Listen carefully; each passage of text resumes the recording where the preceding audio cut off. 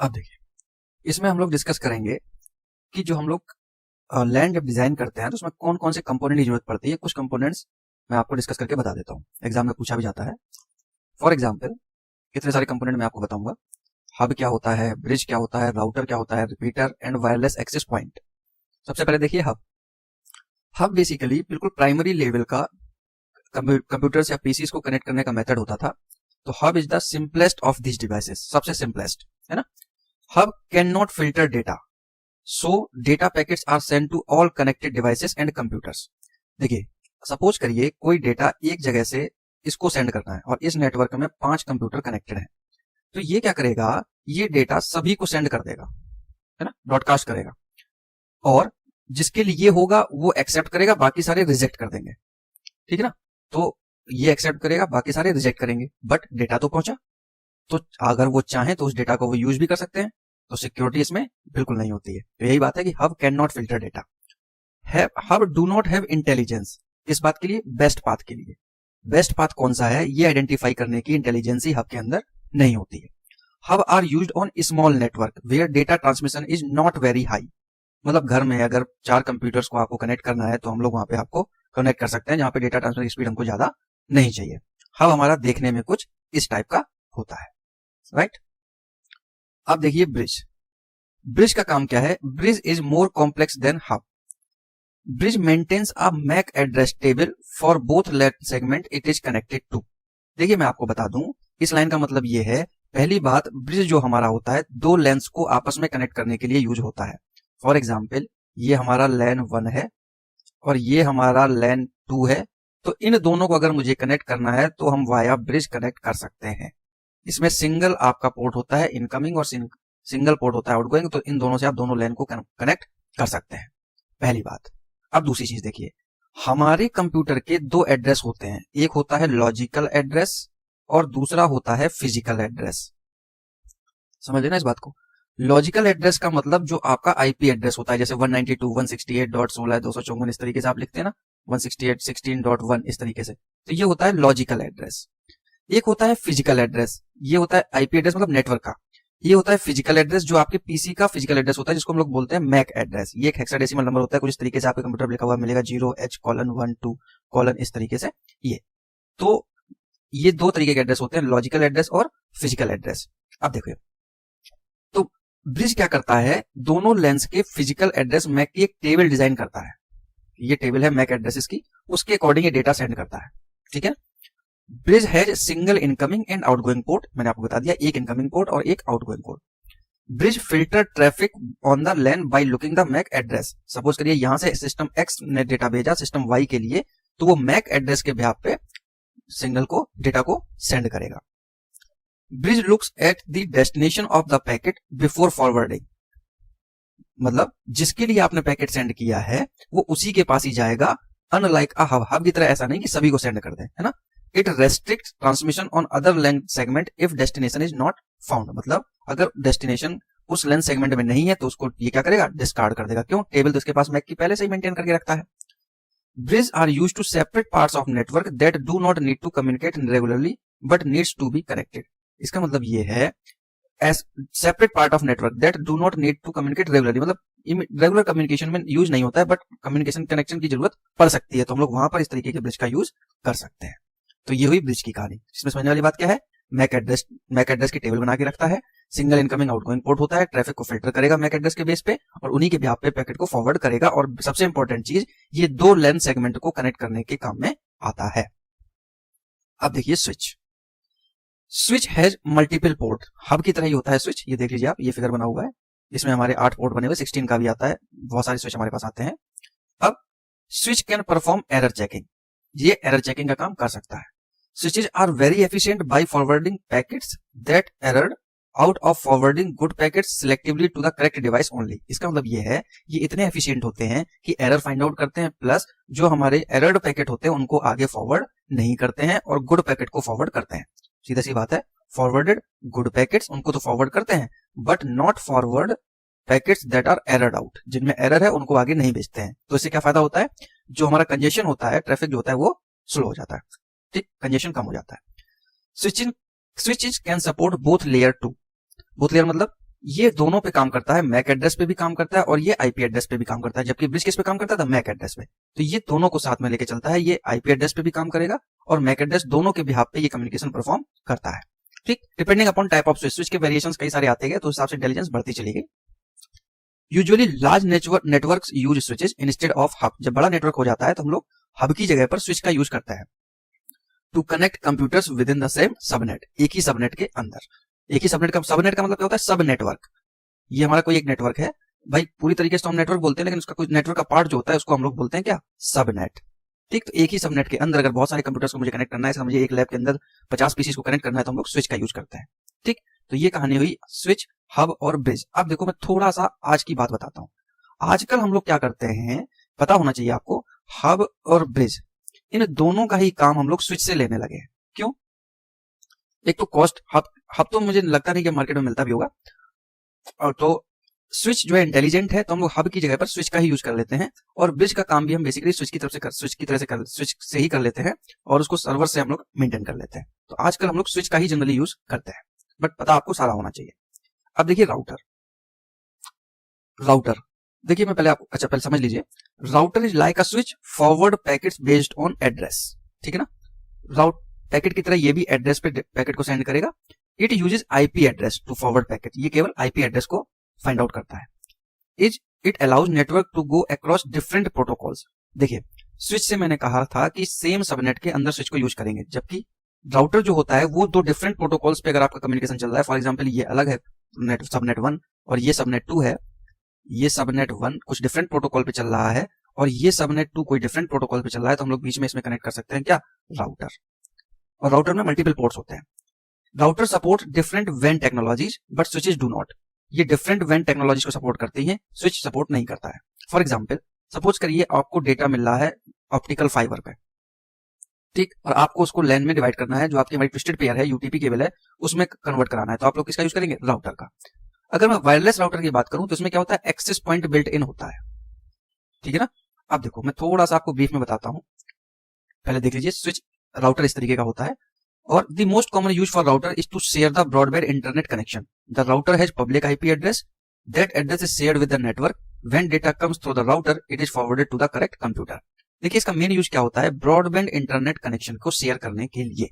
ठीक, तो अब देखिए, अभी मैंने आपको ये पॉइंट्स बताए, अब आपको बेसिक मोटी मोटी लैंग्वेज में बताता हूँ कि ये होता क्या है। देखो, हमारे पास अगर कहीं पर नेटवर्क को शेयर करना है, कम्युनिकेट कराना है, एक ही नेटवर्क है, तो हम लोग यूज कर लेते हैं स्विच का। स्विच एक ही लैब है। अभी मैंने बताया कि अगर स्पीड बहुत ज्यादा नहीं चाहिए तो हब का यूज कर सकते हैं, हब आजकल मिलते नहीं। दो लेंथ सेगमेंट को कनेक्ट करने के लिए आप लोग यूज करेंगे ब्रिज। राउटर क्या होता है, दो डिफरेंट प्रोटोकॉल्स या दो डिफरेंट टेक्नोलॉजीज को अगर आपस में कनेक्ट करना है तो हम लोग यूज करते हैं राउटर, वहां पे स्विच काम नहीं करता है। फॉर एग्जाम्पल हमें आईएसपी से हम इंटरनेट लेते हैं, तो हमें किस फॉर्म में मिलता है, मैं देखिए बताता हूँ। हमारा देखिए, सपोज करिए कोई एक मैं नेटवर्क आर्किटेक्चर बना के दिखाता हूँ आपको एक तरीके से स्ट्रक्चर। ये मेरा टावर है, वायरलेस टावर, जिसपे मैंने अपनी आईएसपी से नेट लिया। ठीक, इसकी स्पीड तो बहुत ज्यादा होगी, 4 Gbps, 1 Gbps, 5 Gbps, इस तरीके से। तो इससे हम डायरेक्ट कनेक्ट करते हैं राउटर को, राउटर। ठीक, तो इससे कनेक्ट हुआ क्या, राउटर। अब देखिए, आईएसपी जो हमको इंटरनेट मिलता है, हो सकता है वो वायरलेस फॉर्म में मिल रहा हो सकता है वो ऑप्टिकल फाइबर के फॉर्म में मिल रहा हो, क्योंकि आजकल हमारा जनरली सब कुछ ऑप्टिकल फाइबर पे ही चलता है, क्योंकि वायरलेस से ऑप्टिकल फाइबर की स्पीड बहुत ज्यादा होती है। तो जब आपको नेट राउटर इससे मिल रहा हो, टावर से मिल रहा हो, या ऑप्टिकल फाइबर से ले रहे हो, तो आप सबसे पहले इसको लेंगे किस पे, राउटर पे, क्योंकि राउटर दो डिफरेंट टेक्नोलॉजी या दो डिफरेंट टेक्नोलॉजीज के वेंस को कम्युनिकेट करा सकता है। ठीक, अगर हम यहाँ स्विच यूज करेंगे, स्विच यूज हो ही नहीं पाएगा, क्यों, स्विच की इतनी कैपेसिटी भी नहीं होती, इतने स्पीड पे इंटरनेट को रिसीव कर सके, प्लस दो डिफरेंट टेक्नोलॉजीज को ये कम्युनिकेट करा भी नहीं पाएगा।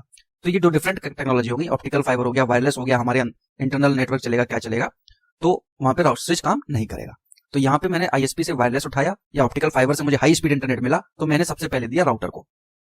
फिर राउटर ने क्या किया, इसके 10 पोर्ट 16 पोर्ट जितने भी पोर्ट थे, उससे इसने अलग अलग स्पीड पे नेट को निकाला। सपोज करो आपने 4 Gbps की स्पीड ली, मैं फॉर एग्जांपल लिख रहा हूँ, तो इसने क्या किया, 10 जगह पर 500 Mbps की स्पीड पे इतनी जगह पर डिवाइडेशन कर दी। तो अब ये क्या करा, इसने एक टेक्नोलॉजी से राउटर को लेके इतने पार्ट्स में डिवाइड कर दिया। अब इससे आपने अलग अलग बिल्डिंग्स कनेक्ट कर दी, इससे एक बिल्डिंग कनेक्ट कर दी, इससे एक बिल्डिंग कनेक्ट कर दी, इनसे एक बिल्डिंग पूरी अलग कनेक्ट कर दी। तो इस तरीके से कनेक्शन होते चले गए। अब इस बिल्डिंग में भी कंप्यूटर्स लगे हुए होंगे, तो यहाँ पर सपोज करो ये पीसी है, ये पीसी कनेक्टेड है, ये पीसी और ये पीसी कनेक्टेड है। तो इन सारे पीसीज को हम लोग कनेक्ट करते हैं वाया किससे, स्विच। एक स्विच लगा देंगे यहाँ पर, उससे हम लोग कनेक्ट कर लेंगे। अब देखिए राउटर किस काम आया, डिफरेंट, जब आपने डायरेक्टली डिफरेंट वैन से कम्युनिकेट किया तो पहले राउटर लगाया, फिर इंटरनल कनेक्टिविटी आपने यहाँ पर क्या यूज कर दी है, स्विचेस की हेल्प से। यहाँ पे आप स्विच की हेल्प से इनको कनेक्ट कर सकते हैं, ठीक। और इनको आपस में कनेक्ट करना है, इस लेंथ सेगमेंट को, इस लेंथ सेगमेंट को और इस लेंथ सेगमेंट को, तो आप इसमें या तो ब्रिज का यूज कर लीजिएगा, और अगर आजकल ब्रिज का यूज नहीं करते हैं तो जनरली स्विच से भी हमारा काम हो जाता है, बस थोड़ी सी सर्वर से हमें मेंटेन करना रहता है। एक चीज और, राउटर से कितने पार्ट में डिवाइड करना है, कितने में मैनेज करना है, तो इसके लिए मुझे कई सारी एल्गोस लगती हैं भाई, आईपी भी डिस्ट्रीब्यूट करनी पड़ती है, बहुत सारी चीज होती है, तो हम लोग इसमें सर्वर की हेल्प जरूर लेते हैं। बट जो हार्डवेयर हमारा यूज होता है वो राउटर यूज होता है और स्विच यूज होता है। स्विच में हमें किसी सर्वर की जरूरत नहीं पड़ती है, राउटर्स के लिए हमें, और स्पीड मैनेज के लिए कितने यूजर को कितने एमबीपीएस, कितने क्या फायरवॉल ये सब लगाना पड़ता है, वो मैं आपको बाद में बताऊंगा। एड्रेसिंग मोड जब बताएंगे, सीआईडीआर बताएंगे, तो वो चीज वहां पे मैनेज होगी। फिलहाल आप इतना समझिए कि राउटर जो होता है वो हाई स्पीड इंटरनेट के लिए होता है। अब देखिए राउटर की कॉस्ट भी ज्यादा होती है, राउटर की कॉस्ट स्विच से काफी ज्यादा होती है, ठीक है ना, लगभग 10 गुने के आसपास होती है। तो नॉर्मल हम लोग जब पीसी को कनेक्ट करते हैं तो स्विच यूज करते हैं, और डिफरेंट टेक्नोलॉजी को जब हम कनेक्ट करते हैं तो यहाँ पर क्या यूज करते हैं, राउटर्स को। तो वही चीज मैंने यहाँ पर बताई कि राउटर का मेन काम क्या होता है, जब हम ब्रॉडबैंड से इंटरनेट कहीं रिसीव कर रहे होते हैं या शेयर कर रहे होते हैं तो उसके लिए यूज करते हैं। इसका पब्लिक आईपी एड्रेस होता है जो कि शेयर किया गया होता है नेटवर्क पे, भाई इस आईपी एड्रेस पे इतना नेटवर्क जा रहा है, ठीक। और data is routed to the correct computer. और देखिए इसमें मैंने ये बताया था कि सपोर्ट 2 डिफरेंट वेन टेक्नोलॉजीज, ठीक है ना, और ये आईपी एड्रेस पे बेस्ड काम करता है, और ये फॉरवर्ड करता है पैकेट किस पे, बेस्ड ऑन एड्रेस। कौन सा एड्रेस, आईपी एड्रेस, ठीक। तो ये कहानी हुई राउटर की। अब देखिए ये जो मैंने बताया हब, ब्रिज और राउटर, अब हब, ब्रिज, स्विच और राउटर, ये वायर्ड की कहानी थी, जब हम लोग वायर्ड कनेक्शन लगाते हैं। राउटर्स तो डिफरेंट टेक्नोलॉजी होगी, ऑप्टिकल फाइबर है तो उसका अलग है, वायरलेस है तो अलग। ये मेन कनेक्शन हो गया, मतलब सबसे पहले जब हम इंटरनेट रिसीव करते हैं हाई स्पीड, तो हम लोग राउटर का ही यूज करते हैं। अब देखिए वायरलेस का थोड़ा सा कहानी क्या है। वायरलेस को हम शॉर्ट में बोलते हैं वायरलेस एक्सेस पॉइंट। तो wireless access point bridges wireless and wired traffic. ये ब्रिज का काम करता है किसके बीच में, वायरलेस और वायर्ड ट्रैफिक के बीच में। Wireless access point allows devices computers to connect to a LAN in a wireless fashion. Wireless form में हम लोग कंप्यूटर्स को या डिवाइसेस को कनेक्ट कर सकते हैं। Wireless access point allows wired and wireless devices work to communicate with each other. इसमें फिर भी मैं आपको और डिटेल में बताऊंगा कौन सी टेक्नोलॉजी होती है। फिलहाल आपको इतना समझना है कि इसमें केवल वेब होता है वायरलेस एक्सेस पॉइंट, जिसके थ्रू हम लोग वायर्ड या वायरलेस फैशन में कंप्यूटर्स को, डिवाइसेस को कनेक्ट कर सकते हैं। अब देखिए एक जनरल टर्म आता है रिपीटर, ये लिखा है रिपीटर। तो रिपीटर क्या होता है, repeater are built in hubs और स्विच। ये सारे हब हैं क्या, हब, स्विच, राउटर, राउटर तो रिसीव करता है, हब और स्विच है क्या, ये रिपीटर तो है, रिपीटर्स ही तो है बेसिकली। हब और स्विच क्या है, ये रिपीटर। ये क्या करते हैं, सिग्नल को क्लीन करते हैं, एम्पलीफाई करते हैं एंड रीसेंड द सिग्नल। भाई होता क्या है, सिग्नल एक जगह से चला, चलते चलते वो वीक हो जाएगा तो उसको एम्पलीफाई भी करना है, कुछ बीच में डिस्टॉर्शन आ जाएगा तो क्लीन भी करना है, देन फिर रीफॉरवर्ड करना है। तो ये एबिलिटी किसके अंदर होती है, हब के अंदर भी होती है और स्विच के अंदर भी होती है, ठीक। तो clean, amplify and resend the signals that have been weakened due to long cables travelling long distances. तो ये जनरल टर्म है रिपीटर। रिपीटर कोई डिवाइस नहीं है, ये जनरल टर्म बोला गया है किसके लिए, हब और स्विच के लिए, कि it can clean, amplify, resend the signal. ये देखिए मैंने नीचे 2 डायग्राम डाले हुए हैं। आप लोग घरों में जो वायरलेस एक्सेस पॉइंट यूज करते हैं वो इस टाइप का यूज करते हैं, ये जो बना हुआ है, ठीक है ना। कई बार आप लोगों ने अपने हॉस्टल्स में या बिल्डिंग्स में, बड़ी बड़ी बिल्डिंग में इस टाइप का भी डिवाइस लगा हुआ देखा हुआ है। ये डिवाइस लगी हुई है छत पे ऊपर लगा हुआ होता है, डीलिंक टाइप का।